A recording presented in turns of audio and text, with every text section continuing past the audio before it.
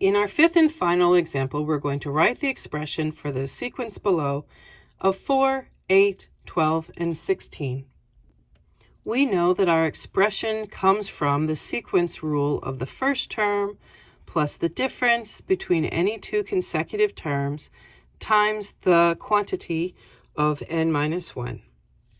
And we see here that our very first term is 4. And then we find our difference, which comes from two consecutive terms, two side-by-side terms. And we say, all right, so if 4 is our first term, then 8 is our second term, and 8 minus 4 happens to be 4. So this is D. Now that we have our first term and D, let's go ahead and fill in our values.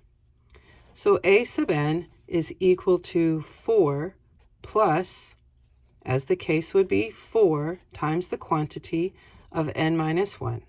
And that is a perfectly acceptable way to write the rule for this sequence. But if you want to simplify it, we can do so. We would distribute this 4 through the quantity of n minus 1, bringing down our constant 4 and then multiplying 4 times n. Well, that's 4n. And a positive 4 times a negative 1, that's a negative 4. As we combine like terms, seeing that I have two constant values in our expression, we have a final simplified version of just 4n.